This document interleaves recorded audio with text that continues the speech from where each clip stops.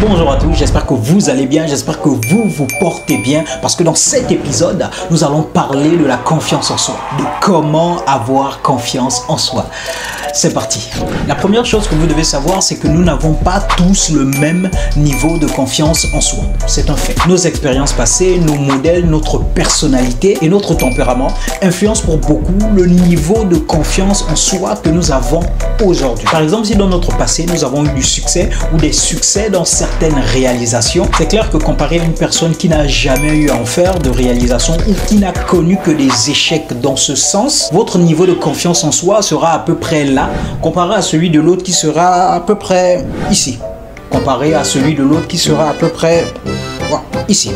Deuxièmement, l'analyse des modèles que nous avons eu dans le passé aide pour beaucoup à déterminer aussi notre niveau de confiance. Les modèles de rôle tels que les parents ou les figures d'autorité de façon générale aident pour beaucoup à la perception de notre niveau de confiance. La jeune demoiselle ou le jeune homme en manque de confiance aujourd'hui ne sont peut-être que le résultat d'un manque de messages positifs ou d'encouragement de la part de leur père. Et quand je parle de père ici, je parle de figure d'autorité. Je ne m'adresse pas spécifiquement au père.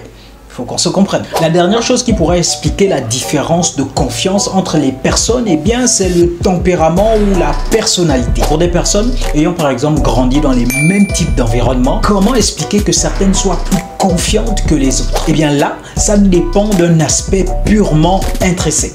Il y a des personnes qui sont naturellement plus résilientes que les autres, plus extraverties, qui ont plus d'estime d'elles-mêmes et qui ont une tendance naturelle poussée vers une certaine forme d'optimisme. Deuxième chose très importante à comprendre, la confiance en soi varie d'un domaine à l'autre. On n'est pas tous confiants dans les mêmes domaines. Pour exemple, l'individu A peut être très confiant pour tout ce qui a trait à son domaine professionnel et l'être moins lorsqu'il s'agit de ses relations personnelles. Pour un autre individu, ce sera totalement différent. Confiant dans les relations personnelles et plutôt mal à l'aise en ce qui concerne les relations professionnelles. Eh bien, cette variation de la confiance en soi des individus d'un domaine à l'autre s'explique simplement. Plus on a du succès dans un domaine, plus le feedback des personnes, donc la validation de ce domaine en particulier par les personnes est positive, plus on a de confiance en soi pour ce domaine-là. Et là, petite parenthèse, sachez que votre niveau de confiance en soi dans X ou Y domaine ne devrait jamais dépendre de la validation des personnes. Jamais. Sinon, votre niveau de confiance ne fera que varier en fonction de la validation des autres. Et ça, c'est pas génial. Passons maintenant à ce qu'il faut faire pour avoir confiance en soi ou pour accroître son niveau de confiance dans un domaine en particulier. Mais avant de passer à ce qu'il faut faire pour avoir davantage confiance en soi, et là j'y pense, j'aurais dû le faire depuis le début, c'est quoi la confiance en soi?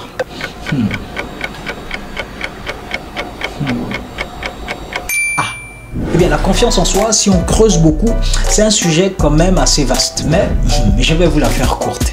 Eh bien, il s'agit de la croyance en ses propres capacités, en ses propres compétences et en sa valeur en tant qu'individu. Évidemment, cela implique d'avoir une perception positive de soi-même, d'être capable de reconnaître vos forces et vos faiblesses et surtout d'avoir la conviction qu'on peut réussir dans différentes situations de la vie. C'est ça la confiance en soi.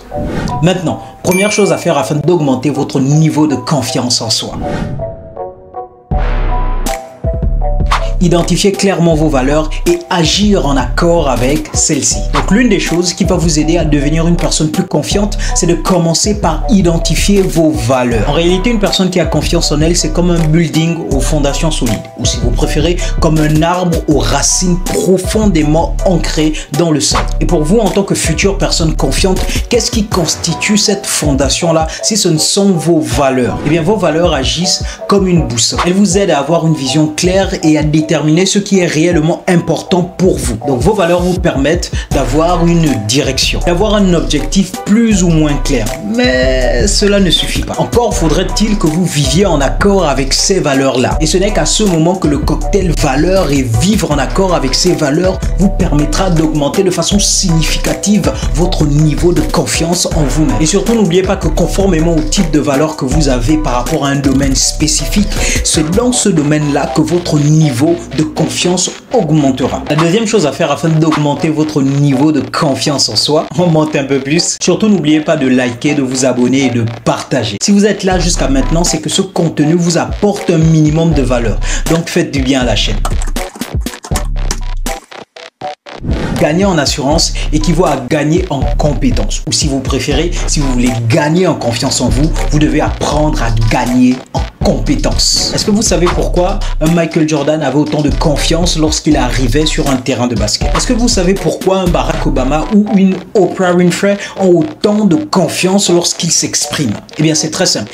Ils ont acquis un niveau de compétence qui les place au-dessus de la moyenne. Vous devez comprendre que compétence s'aligne parfaitement avec confiance en soi. Le fait d'acquérir de nouvelles compétences dans un domaine particulier permet grandement de diminuer votre niveau d'incertitude. La plupart des personnes manquent de confiance en elles, c'est parce qu'elles ne sont pas sûres de ce qu'elles disent. Elles ne sont pas sûres de ce qu'elles font. Elles ne sont qu'une accumulation d'incertitudes. Or, acquérir une nouvelle compétence ou des compétences particulières vous donne un certain niveau de légitimité. Donc, ça baisse votre niveau d'incertitude en vous rendant un peu plus confiant. Mais le must, c'est lorsque vous avez une compétence et que vous avez une maîtrise totale de cette compétence. Alors là, votre niveau de confiance devient stratosphérique. Eh bien, la troisième chose à faire afin d'augmenter votre niveau de confiance, c'est de pratiquer des actions courageuse. Je suis sûr que vous connaissez l'expression sortir de sa zone de confort. Eh bien là, c'est l'occasion d'aller dans ce sens. Vous devez devenir des adeptes de la pratique d'actions courageuses au quotidien. Et l'action courageuse peut aller du simple fait d'engager une conversation dans la rue avec un individu à la décision de mettre en place sa propre structure professionnel, par exemple. Comprenez que vous ne devez pas faire partie de la team parleur. Il y en a déjà assez et ça ne sert à rien d'aller grossir davantage leur rang. La personne qui veut augmenter son niveau de confiance en soi, c'est la personne qui pose de petites actions au quotidien qui sont hors de sa zone de confort. Les personnes qui gagnent davantage de confiance en elles, ce sont celles qui passent de la conception dans leur esprit à l'écriture sur le papier pour finir par poser des actions concrètes. Quatrième chose à faire afin d'augmenter votre niveau de confiance, la maîtrise de soi et l'autodiscipline. La maîtrise de soi est le renforcement de votre confiance par la maîtrise de vos émotions, la prise de décision éclairée et la résistance à la tentation. Le fait d'avoir un contrôle sur votre état émotionnel, rester calme et centré même dans une situation stressante vous rend plus confiant. En effet, vous savez que vous êtes la personne de la situation et que même si les événements autour de vous sont stressants, vous savez prendre la décision la plus éclairée qu'il soit. La maîtrise de soi passe aussi par la résistance aux tentations, aux sollicitations qui autour de vous vous détourneraient de vos objectifs. La personne qui devient de plus en plus confiante, c'est la personne qui sait rester focalisée sur une idée et ce qu'importe les distractions qu'il y a aux alentours. Donc soyez une personne qui sait rester focus. Maintenant, pour ce qui concerne l'aspect autodiscipline, je vous encourage à aller regarder notre vidéo sur la discipline. Donc nous voici quasiment arrivés à la fin de cette vidéo et pour ceux qui sont restés jusque là, petit bonus, apprenez à changer votre perception de l'échec.